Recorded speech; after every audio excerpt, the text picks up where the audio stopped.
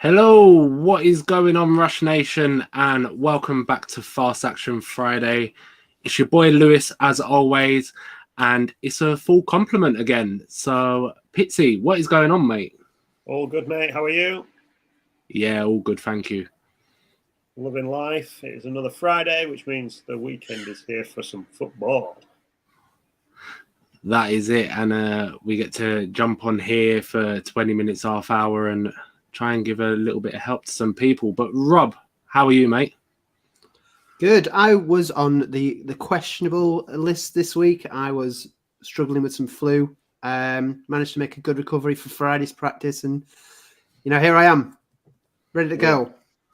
That is it. Ready for the main event, which is all that matters. But let's kick off, as always, with Thursday night throwback.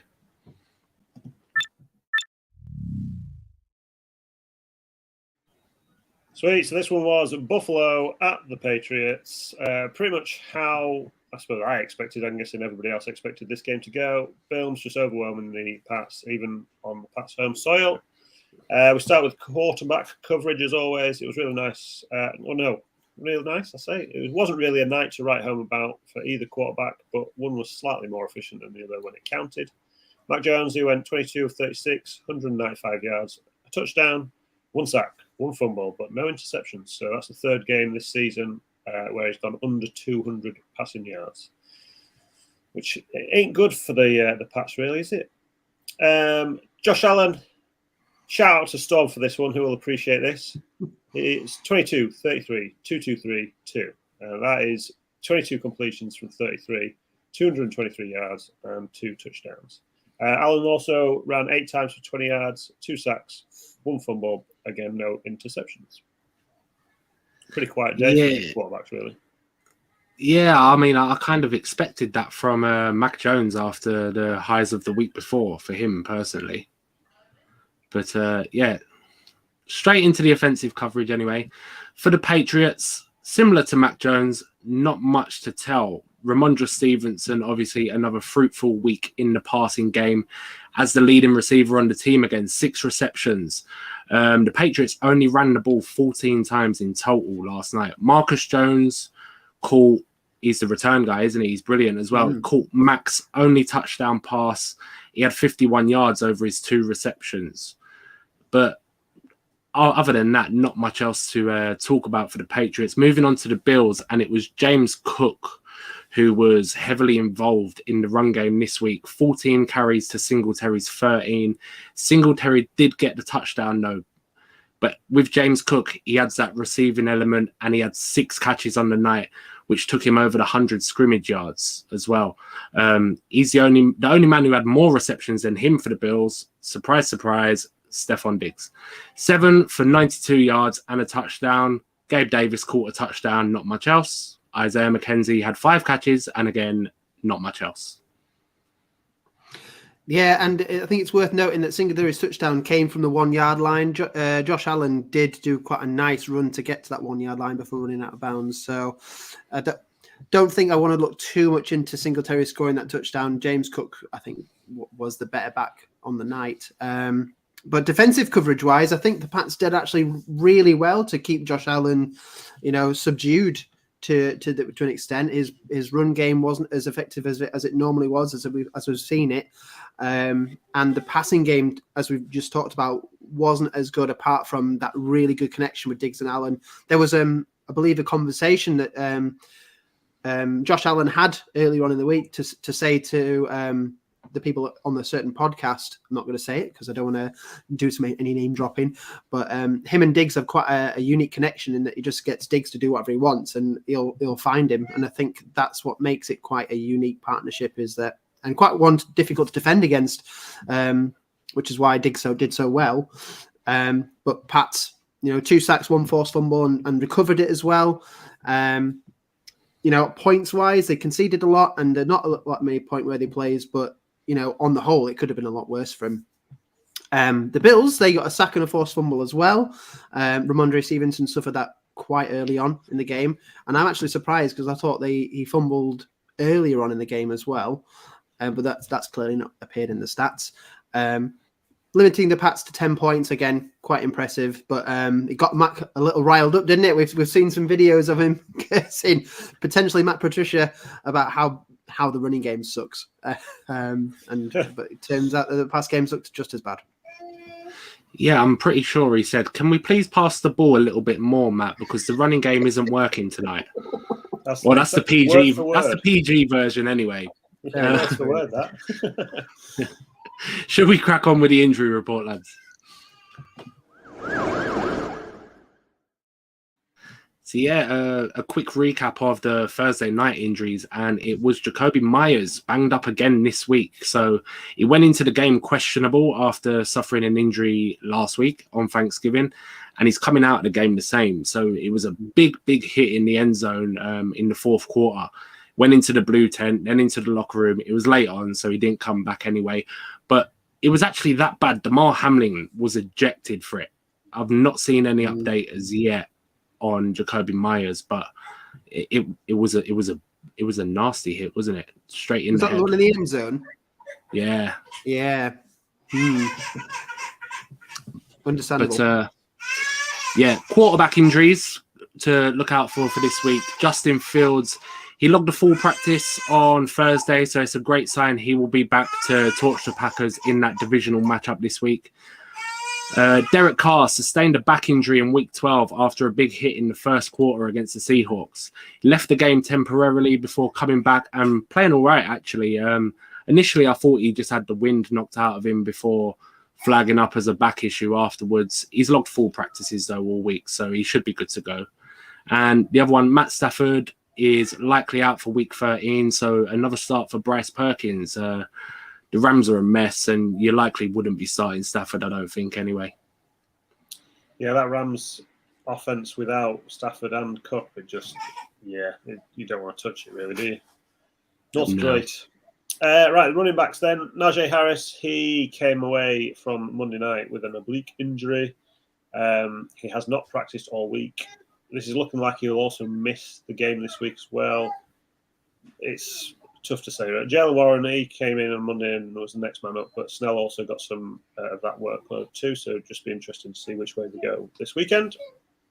Joe Mixon, he is still in concussion protocol. He's been limited in practice all week. Check his Friday practice notes. Samaje Perine, he came in and did well in his absence. ETN, foot injury, has actually practiced this week, which is more than people expected him to do as well. I also expect him to be out as well, but Doug Peterson has said he is good to go. It's still graded as questionable at the moment, but we shall see how that one goes. Hasty did fill in nicely as well in his absence. Just, again, one to watch. That's probably going to be one of those Sunday game time decisions. Mm-hmm. Leonard Fournette, his hip issues are still carrying on after the bye week. He missed last week as well. Full practice on Thursday, however. Rashad White seems to have done well in his absence. So it'll be interesting to see which way the Bucs go with this now that White seems to have taken over. Just worth noting that return as well, though, soon. We shall see how that one goes. Michael Carter is now doubtful for the game. Bam Knight, Ty Johnson, perhaps James Robinson, but James Robinson was a healthy scratch last week. We'll come back to Knight a little bit later on. We'll give you that sneak preview. And then Cam Akers, he has been sick all week, so one to watch on that one. Another reason to avoid the Rams then. Pretty much. Well, you might think, but we shall see. Wide receivers, Darnell Mooney went out with a nasty hit last week. He is now on the IR, out for the year with a left ankle injury, torn ligaments that looking like they're going to need some surgery. So again, pieces. Allen Robinson leaving, Chase Claypool maybe not hitting the ground as much as he could do.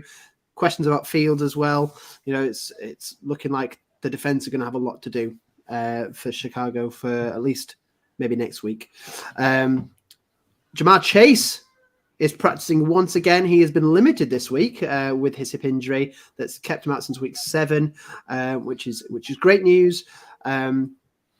Hopefully that means that there's an uptick for the rest of them as well, because it means there's less coverage to cover people like T. Higgins, although I don't think that's going to affect T. Higgins that much. He has been an absolute baller in the last few weeks. DeMonta Smith, he was also limited Wednesday and Thursday with a groin injury. He may not be missed either if the Eagles have a ground game like they did last week against the Packers. But it'd be nice to have him back, especially as AJ Brown was ill last week too.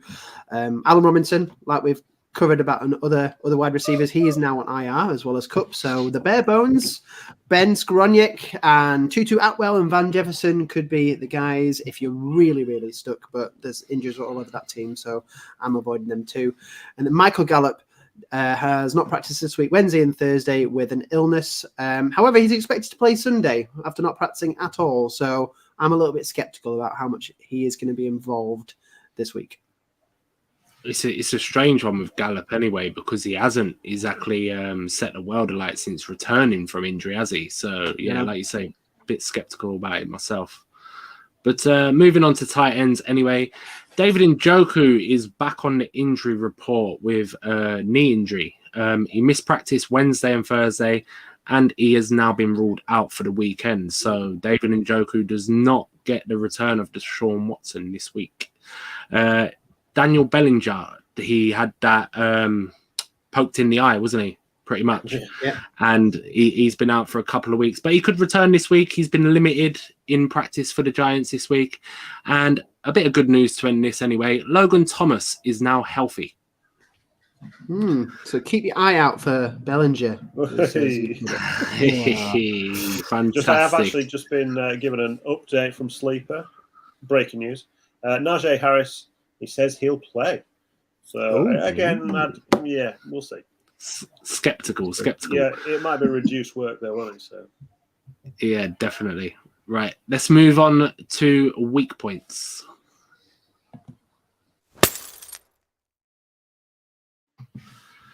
So, as always, we tell you the top 3 teams that are letting up the most points to each of the skill positions. The Arizona Cardinals, who have been, well, you'll see in a minute, but they've been up there in a few of these all year. And the Panthers are on bye this week. Robbie's very happy about that, I'm sure. But the weakest against quarterback, and it's still the Detroit Lions with 24.6 points per game, up half a point from last week. So they faced the Jaguars, and they got Trevor Lawrence coming in off of a steaming hot fourth quarter, defeating the Ravens last week. So for me, it was a fantastic ending to the game. And so Trevor Lawrence is one to definitely plug in this week, I think. But second, Raiders, 21.3 points, so quite a way off top, actually. Up to second, though, since last week. Actually gone down in fantasy points per game, ever so slightly, by 0.1. They faced the Chargers. Now, Justin Herbert, he had a week last week with, getting Keenan Allen back into the fold and things like that. And Justin Herbert was just under 30 points for us last week. So it's a time to have your quarterback getting hot, heading towards those fantasy playoffs. Dolphins are third, 21.1 points per game at the Niners. So I'm looking forward to this one. I think it's a real test for Tua against that Niners defense. But Jimmy G is the quarterback here. He should have a decent week. I expect him to spread the love all around to his offensive weapons again. I'm right in thinking that Jimmy G hasn't had a turnover in recent games as well. Like he's very consistent, like just doing what he needs to do, which is great for a Niners who are pushing for playoffs. Yeah, that's all he ever done before, wasn't it? He's just he's a decent game manager and things like that, and yeah. Super. Let's head on to the weakest against the running back. Texans still number 1 with an average of 27.6 points. That is a drop from a point over last week. This week they go up against the Browns. Always fire up Chubb, but this looks like a great game for him to carry on smashing it, even with the return of the Browns' new off-season quarterback. Browns, funnily enough, are number 2. 26.4. They're still number 2. They've dropped nearly a point as well since last week. This, obviously, they are against the Texans. This game could well be back and forth the running back battle. Pierce has he's been off the boil the last few games. However, the last time the Texans went up against a favourable run D, Pierce ran for 139 yards. So we'll have to hope the game script goes in his favour and it doesn't run away from them so that they can keep pounding the rock. So that, fingers crossed anyway. Seahawks, they're number 3, 25.6 points. They leapfrogged the Chargers into third. This week they're up against the Rams. With Akers sick, Rookie Williams will be the go-to back in this offense. Although it's hard to call an offense really at the moment. Like I said, with Stafford and Cup out, it's been a rough watch. It certainly has. Interesting to note about Texans and Browns. They've both got relatively new quarterbacks. So Kyle Allen's come in for the Texans. Now they've benched Davis Mills, and potentially Deshaun Watson will come in and not have the chemistry straight away. So we could very well see those other quarterbacks come back in. Or like you said, it's just going to be running game versus running defense, just clashing into each other consistently throughout that whole game. Weakest against wide receivers, and unfortunately, Pitts, we say this every week, the Steelers are still top with 34.3 points conceded per game. However, the good news, well, potentially the good news, is they're at the Falcons this week. So Drake London, Demir Bird, Elimina Zacchaeus, they could also feature. It depends on how Mariota does here, because I feel as it's going to be a run-first offense. You just need to watch out for that hybrid Cordarrelle Patterson, don't you? Because he's a running back, he's a wide receiver, but he'll be one that you'll need to contain. The Titans are up from third. They're in second now with 33 points, and they are up against the Eagles. Hurts is going to have to sling it this week, so we're looking for big games from A.J. Brown, Devonta Smith, if he's there. I think Kez Watkins, he has stepped up, especially with losing Dallas Goedert as well. They've had to have an extra option there as well. So Quez Watkins could be one that we need to keep an eye on here too. And then the Lions, again, featuring in one of these lists. They are back into the top 3, 32.7 points, and they are against the Jaguars. So not only are they weak against T-Law, they're weak against Zay Jones, who's coming off a big week. Christian Kirk is still a wide receiver here, and then Marvin Jones could, also pick up a few as well. I've been impressed with. Is Jamal Agnew still at the Jaguars, or has he gone to the Lions now? No, he scored last week, didn't he? For the so Jamal Agnew, he's stuck in my head as a player who has done well in the last few weeks, and I'd expect him to continue that as well. Nice, Yeah, absolutely. But moving on to tight end, finally, the Seahawks have leapfrogged the Cardinals. It's been them two at the top all year by quite a way. 16 points per game, like I said, up from second. They faced the Rams. Tyler Higbee didn't receive a single target last week with Bryce Perkins in at QB. So read into that whatever you want, really. Cardinals second, 0.3 points behind with 15.7. They're obviously on the bye. Good news for them. The Dolphins are down in third, 12.9 points per game. That's actually creeping up, isn't it? They was in it third before.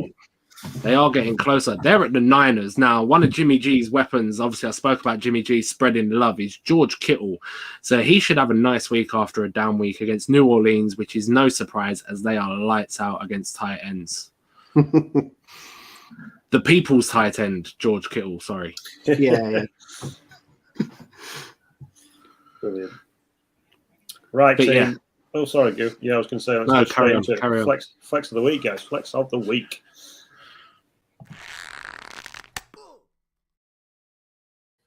It feels like we've been coating the Rams for this whole episode. So I'm going to shed some love their way right now. Are we ready? My flex of the week is Kieran Williams. Okay, so 14 touches last week, perfect 3 from 3 in the passing game. They're facing Seattle, who allowed the second most receiving yards to running backs. And they're also, but no surprise, in the top 10 of targets and receptions allowed to running backs. So Williams, he's the passing downs guy since he has been in the setup the last 3 games. 43 snaps played last week, Akers less than 20. Over the last 3 games, even, since Williams has played, over double the snaps to Akers. He's ran 50 routes to Akers 7. Cam is also ill, like we spoke about earlier. Williams has caught 7 of 8 in his 3 games. You can hurt Seattle with running backs in the passing game. Little bit of an example. Javonte Williams, 11 of 11. Eckler 12 of 12. Not the same volume, but Kamara 6 of 6. That's 3 guys perfect. Even Josh Jacobs last week, he caught 6 of 7 against them. And not even just against the passing down guys. They allowed a third most points per game to running backs anyway. So let's give the rookie some love. Kieran Williams this week. To say that we've been slating the Rams all the time, someone's got to take the points, haven't they? Someone's got to get that rock over the line at some point. Or not. Well, yeah. They've got to try at least, haven't they? So They've got to try. Yeah, brilliant. I like that. Right, so I was to and froing. I didn't even have one until last minute. I was thinking Elijah Moore coming back into that team and obviously getting his touchdown last week. It was nice. I even had a look like Jordan Mason for 49ers. They're saying that he's going to probably get worked in. But I went with Zonovan Knight, the Jets' weird running back that came in last week. So last week, Robinson was a healthy scratch, and they went with Knight, and especially with Dak Carter going down. He ended up getting 48% of the snap share, 14 attempts for 69 yards, 3 receptions, 3 completions, 34 yards. And then obviously this week, with Carter being doubtful, they go up against the Vikings, who are a slightly, I'm not saying an easier run D, but there's potential for Knight to go quite well this week. I think they're in the bottom 12. I think they're in that bottom third for conceding fantasy points to running backs. So yeah, that's still pretty good. I am not going to choose somebody who had 14 attempts and 3 completions on 3 targets, unlike both of you, which I thought was quite funny. I've been looking at wide receivers, and we talk about flex of the week as someone I don't want to slot in who's going to go straight into a wide receiver position.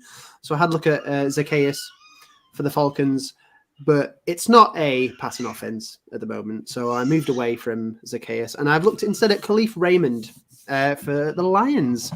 This is a high pass offense, and Khalif Raymond seems to have slotted in perfectly behind DeAndre Swift and Amon-Ra St. Brown as the third option, at least in the last few games. Now, one thing I have noticed is that Raymond's snap percentage is going down. However, the snap number is staying the same, suggesting that Detroit are actually staying on the field more for offense, which is a great sign for anyone who has any of those Lions offensive pieces. Also, his target depth, he's got a little bit of variety. He's seen quite a lot of targets and receptions in the last few games, and they've all been at different distances, which I think makes it very difficult for defenders to track him consistently because they don't know how far he's going to go. And he's been seeing targets from the slot and in screen passes as well. So he's getting involved in quite a few different schemes. He's also lined up in the backfield on several occasions as well. So that's not ruling out him being involved in any carries too. Minnesota are the 5th worst against wide receivers. They average 31.9 fantasy points a game. And Raymond has actually averaged 7 fantasy points in the last 3 weeks, but he has seen as high as nearly 15. So I'm looking for that bit more success. He's going to be good for a flex. Knowing my luck, with all this research being put in, he's going to get 2 points. So we can only hope. Love it, absolutely love it. No, that works. I can see that. I can also see that he ends up going off injured within the first second, and then you don't get any points at all. But it just seems to be your luck with this, Rob. He's fair. A funny one, isn't he, Khalif Raymond? Yeah, but they're a bit of a funny offense, though, Detroit. I mean, I like the fact that game could be a bit of a shootout as well. Yeah, big time. And the potential's there, but the potential's also there. It's a proper boom or bust, isn't it? Yeah. I like the way the Lions are playing at the moment, though. So Jared Goff seems to have a bit of the rub, so he's only thrown 7 interceptions, and I think he's thrown a lot more touchdowns than that. His turnover-worthy plays, though, is second out of all quarterbacks, so he's had a bit of a look of the, a bit of the rub of the green as well. So fingers crossed that continues and Raymond gets some big plays. Yeah, absolutely. But that is it for week 13. We will be back next week for the finale of the regular season.